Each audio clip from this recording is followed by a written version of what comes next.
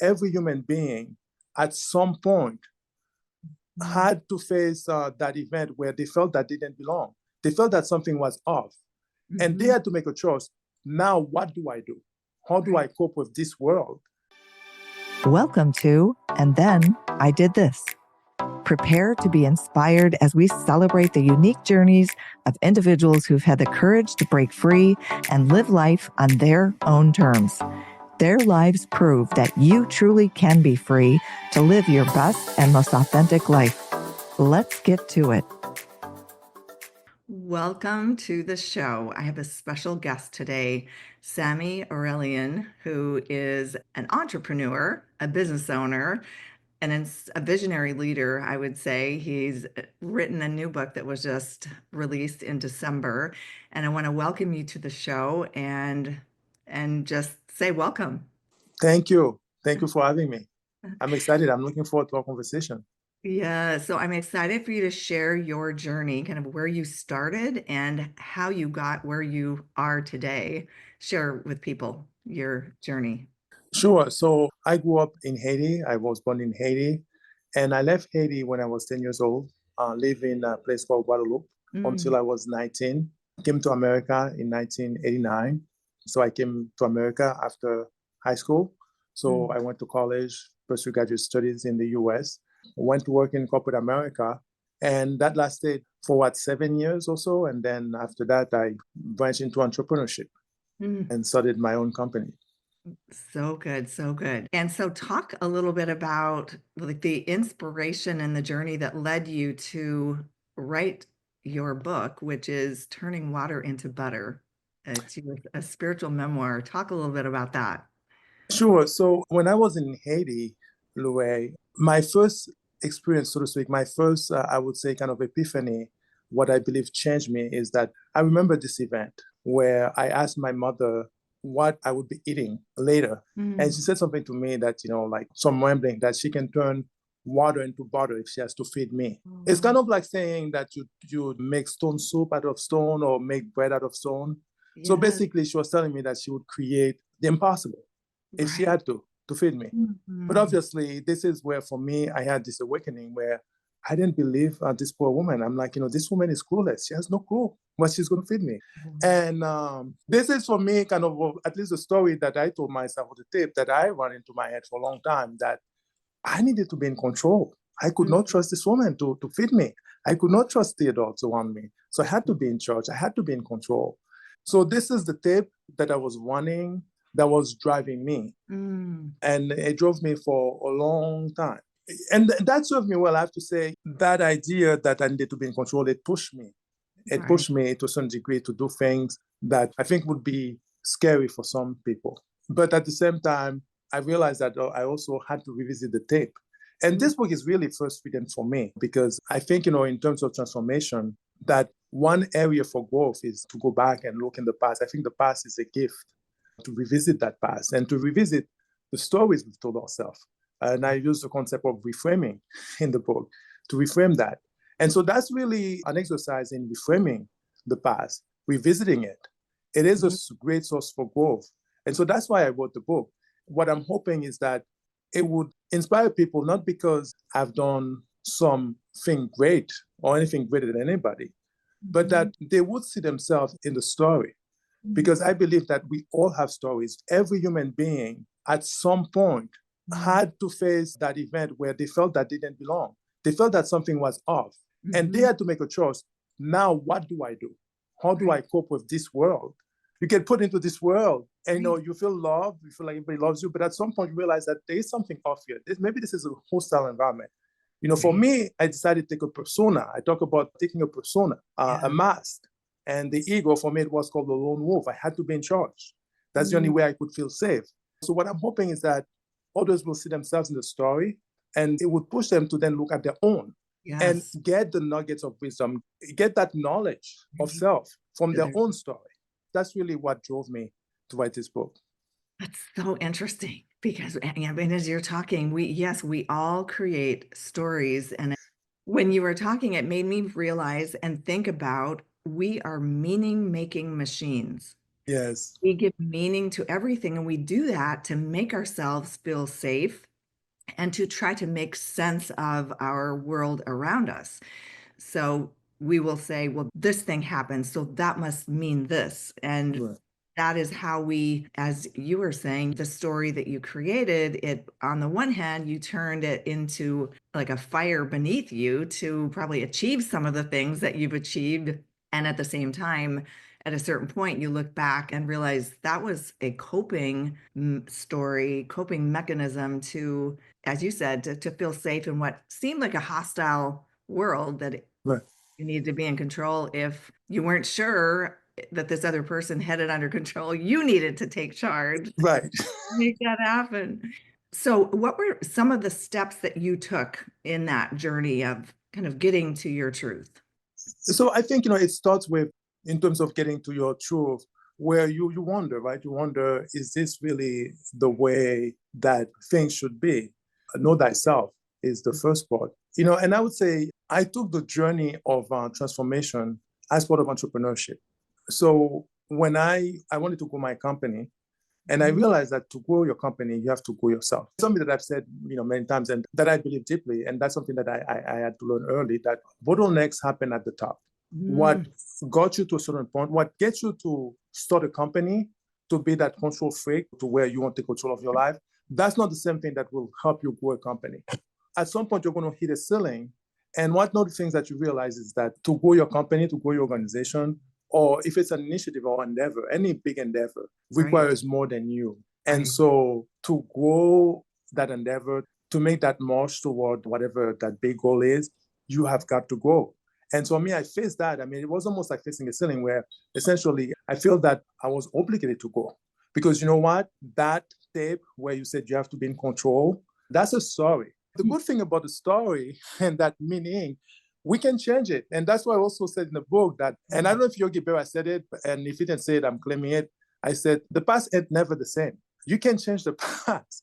Right. But what I mean by changing the past, because to me, the past is something happened, and then you interpret it. You have your interpretation about those facts. You have your meaning that you gave it. And when you revisit that, you say, yeah, this happened, yes.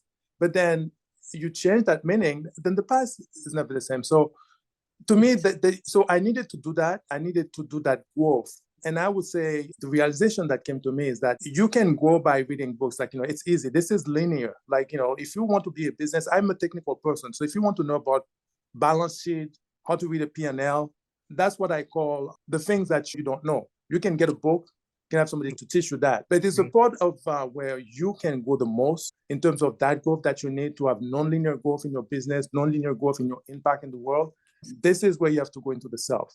And that's what I found out. And that's really what pushed me in terms of personal transformation. And part of that transformation was to go into the deep end and to revisit my past. Yeah. And see, and a lot of people won't do that, because I think of one of the light bulbs. I thought about this the other day. I would always hear that saying, oh, we only use 5% of our brain, right? We only use like 95% of our, and what that really is, we are running most of our life, 95% of our day is repetitive training from the past. And it's Right. not our conscious mind, it's our subconscious. So those old stories, those old tapes, unless we go back and revisit them, they're running our belief system and what we think is possible and how we interact with people. And unless we go back, which is called the shadow work, Yes. go back and look at what are my beliefs around money, around relationships, around people, around the world in general, and what's possible for me. The word impossible says I am possible. If you spell it, it's I Right. am possible. And we have to re-look at those stories, but most people won't do that. So I just commend you for taking the time to do that. What was the impetus that made you get to that point where you wanted to look at that part of the past and just caused you to look at it? So I wanted to grow, and I engaged a coach to help me grow, a business coach. And I'm glad that this was a business coach. We are still friends. And in case he's listening, I will ask forgiveness later. His name is Bill Buxton. And actually, I have a couple of good coaches. At that time, I was using two coaches. One was for business, Bill Buxton, and I had what I call special coach, Jane Smith. But I think there were really two that were helping me more like on the spiritual side and not so much on the business side. It wasn't about P&L. It wasn't about strategy or tactics. They were both helping me go into that deep end in terms of doing the shadow work that you talked about. And frankly, I think that's what I needed the most, so to speak.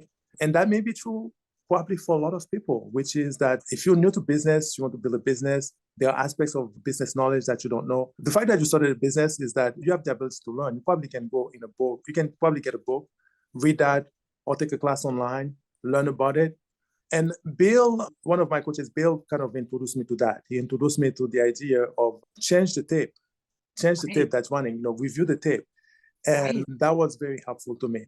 He's actually the one who guided me to Jay. He encouraged me to go to Jay Smith. I'd heard of Jane Smith, my other coach. He encouraged me to work with her and also to work with other organizations like Landmark Forum. And that was very helpful to me. So I would say the impetus was my coach encouraging me as part of growth to essentially re-examine my belief system, looking at reviewing the stories that I was telling myself and how I was interpreting those stories. Right, absolutely. Yeah, actually, Landmark Forum is where I got the meaning-making machines. You probably recognize that because it's one of the things that helps us understand how did I develop this belief system. I mean, that replicates, just as I was saying, like the 5% that we're consciously making decisions. The 95% is affecting, do you have repetitive relationship issues? Do you have repetitive job issues with people on the job or making the same decisions over and over? Right. So it's exactly that. So you were wise enough to reach out, connect with people, and then they were wise enough to guide you in the directions needed. So that's so great. That is so great. So for other people who haven't taken those steps, like what advice would you have for people to encourage them to get to their truth and steps that they could take? Sure.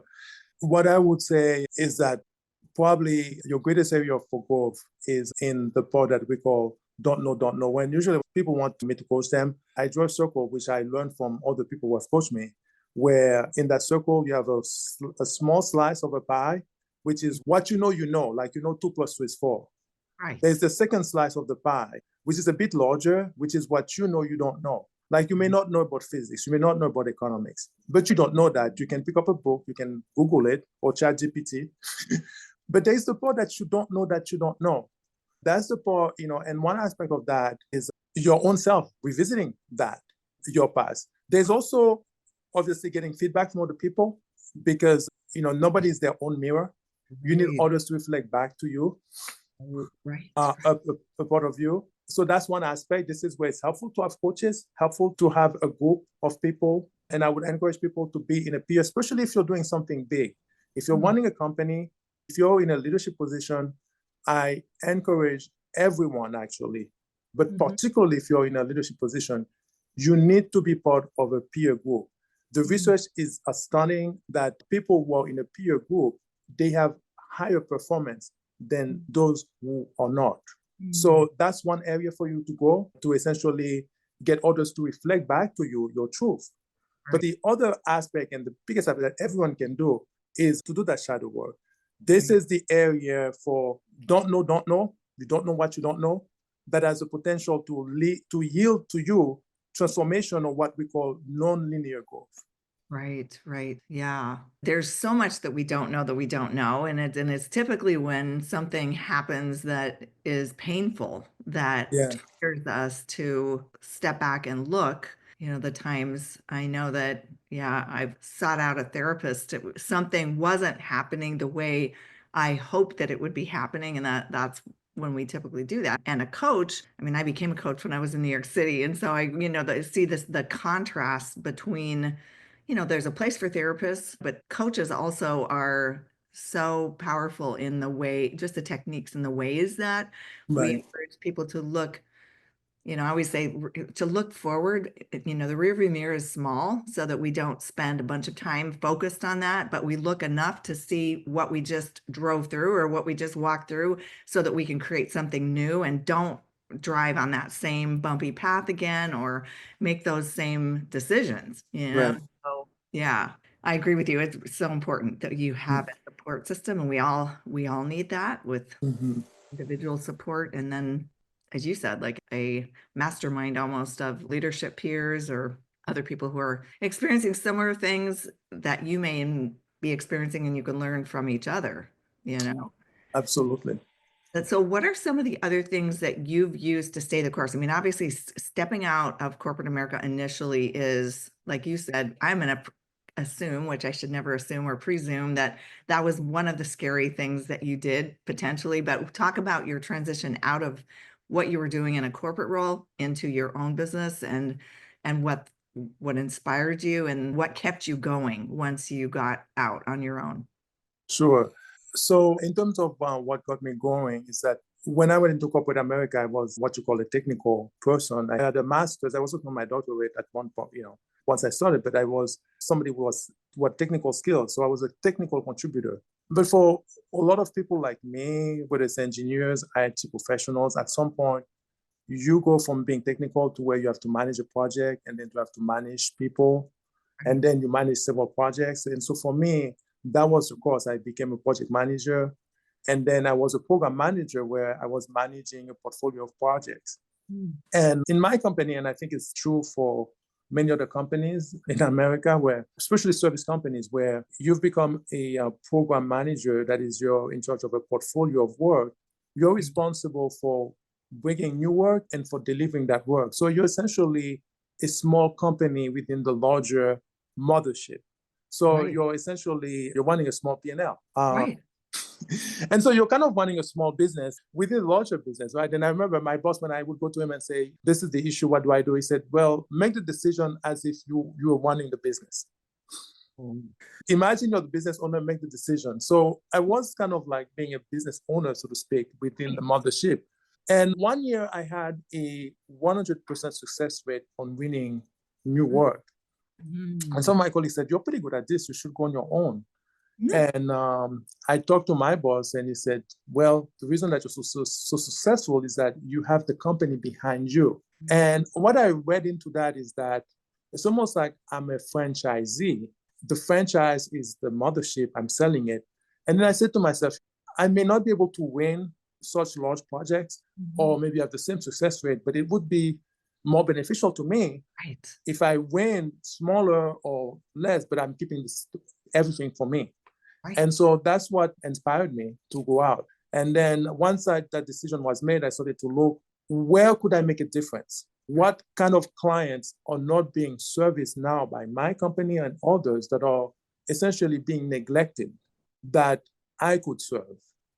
And what I saw for me, and it may still be true, is that there's always in any service sector a set of clients that are underserved by the larger ones, and that it creates an opening for small business. Like for me, with my company, they were big. If it wasn't a $1 million project, they were not going to put a lot of efforts to pursue it, because a large company needs a big fist, right? It's like a big base. You can't feed a big base with a small little piece of food. They need big projects to keep the machine going. So it means that, if in the industry, the large companies are going after $1 million projects, well, guess what? There are people with $150,000, $200,000 projects. If you cater to them, then you have an opening. And that's what I did. I started out with those people that have small problems, but it's small problems that the other big companies were not going to pursue or put a lot of effort. They would take it. If somebody gave it to them, they'll take it. But they were not putting effort to pursue it. So I decided, you know what? That's my focus. So good. So good. And so I would say, once you stepped out, what has helped you continue to grow and expand? I know you've talked about the coaching and how that has been beneficial, but what are some of the other things that have really influenced how you've been able to be successful on your own? Are there some things or things that you do that help you stay connected and grounded and growing? Well, in terms of business, so with my first company, before we sold it, we grew very fast, and we made the Inc. 500 a couple of times.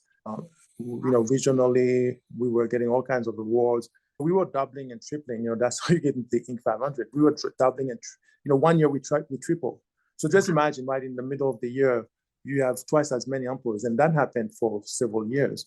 I would say that, the kind of thing that helped in terms of formula was to high retention rate of clients. So essentially, you get a client and you grow with that client and you're adding new clients. So essentially, when you get a client, sell more services, more of that same service to the client, and then sell new services to them. So it's essentially, it's account growth. And that's something that I'd learned prior to this company, which is on average, you want to grow the amount of work that you're doing with your existing clients while you're adding new ones. So that's the formula for growth.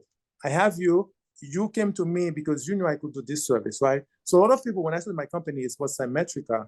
It was a company basically, started with doing data analysis, analyzing data, analytics. But then it grew to do more in public health in general, because the same clients that started out where they wanted me to do data analysis, they were the ones who said, you know what, you are really good at project management. Data analysis is just one thing. Public health, we want to give you more work in public health. So that's really the formula. Essentially, take care of your clients. You basically multiply year after year, you grow the work that you do with them. Right. Offer to solve more problems across their business. Yeah. Absolutely. And so you get to know your clients and get to know their problems. And yes, and then once you have that trusted relationship, it's like, oh, so they trusted you with this problem, so they're more likely to trust you with other problems that are happening in their business. Right.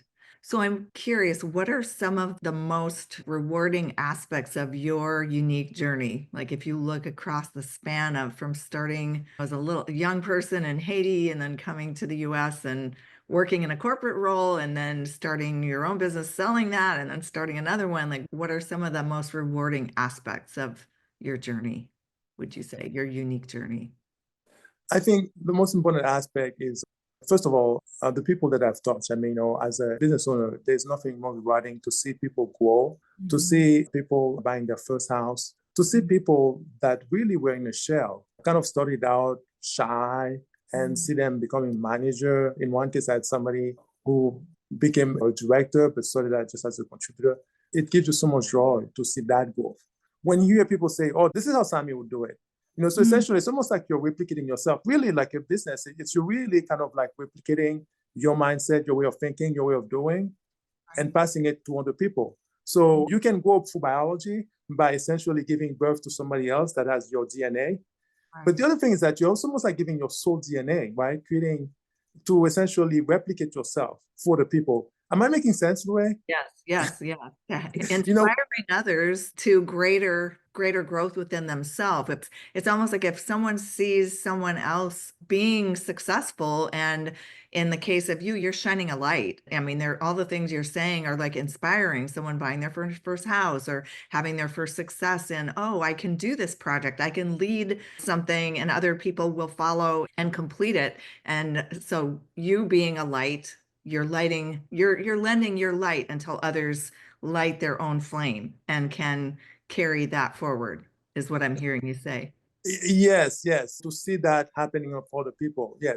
And I've had some people tell me that they're inspired by the type of company that I created. So my company was essentially a company focused on science methodology driven. Most minority companies were doing more like administrative, janitorial services. So really was early in terms of saying, you know what, I want to be there in the decision making to talk about what needs to be done. I want to be part of the decision making and helping you. And I have the skill sets to do that, to help you. I didn't realize it then, but there are a lot of people that came after me, and this is something that when I was talking about my current company and said, this is what we do, this is why I'm part of it. And they were saying, well, remember the first company, you opened the doors for a lot of minorities to be able to say, you know what, in public health, I want to do the science part, but they want to be doing the scientific work. And so I'm part of that. I'm part of igniting that fire, not just in people that work with me, but people on the outside that I didn't even work with, but they saw what I was doing and said, you know what, I want to do that as well. I'm inspired to do the same thing. So good, which is so good. So if for people out there, I guess this is like leading toward a wrap-up question, people who are wanting to do something different and are just hesitant to take that first step, what advice would you give people to be brave enough to take that first step in pursuing something on their own? What I would say is that if you have a desire, a fire in your heart, there's probably someone who has done it before. Look for the trailblazers. Look for someone that has done something. It may not be exactly the same, but it may be something similar. It may be somebody with a similar background that you have. and pattern it and ask yourself, what is the approach that they took to get to that? What is the path? Focus on that first step. A lot of times what I found out is that people want to have it all figured out. You don't need to have it all figured out. You just need to know what the first step, the next step is, and put all your efforts into that first step and make that your priority to solve it. Absolutely. Yes. Because the rest of the road will be exposed. I always say God gives us enough light for one day and Yes. takes it away and gives us new light the next day. So we're inspired to take that next step and keep going. And the point is just don't give up. Once you make that commitment, just know that it will work out as long as you know where you want to head. Right. And you've got a direction you're going. You may tweak things, just like you said, like startups and starting something new, it's messy, but that's where the growth happens, right? Right. Absolutely. And you may well change it. A lot of companies, they start in a certain way, but they pivot, right? They change directions, they tweak it. And that's why it's important to start. Something that encouraged me, LuRae, is that when I was starting the entrepreneurial journey, somebody told me that it's like flipping a coin, but except that that coin is not fair. It actually gets better. So you flip it, you may fail. But if you're learning from your lessons, flip it again. You're increasing your odds of success. And eventually you'll get 100%. And so that's what it is about. Yes, you do that first step and you may hit a ceiling, you may hit a roadblock, but then you learn from that. But you got to keep going. Absolutely. Absolutely. Well, I'm definitely inspired by your journey and where you've come, and encourage people to get your book. We'll put that link in the show notes below. And I just want to thank you so much for sharing your wisdom and what you've learned and encouragement to others to be their best selves. Thank you. Thank you. Well, I hope somebody gets some nuggets of wisdom to keep them going. Perfect. Thank you. Wonderful. So much. Thank you, LuRae. And that's a wrap on another episode of And Then I Did This, celebrating the lives of those who've walked away from the beaten path to pursue work and a life that nourishes their soul. If you're feeling inspired and ready to explore your own path to freedom, check out youcanbefree.life, where you'll find resources and support to help you break free and live life on your own terms. See you next time.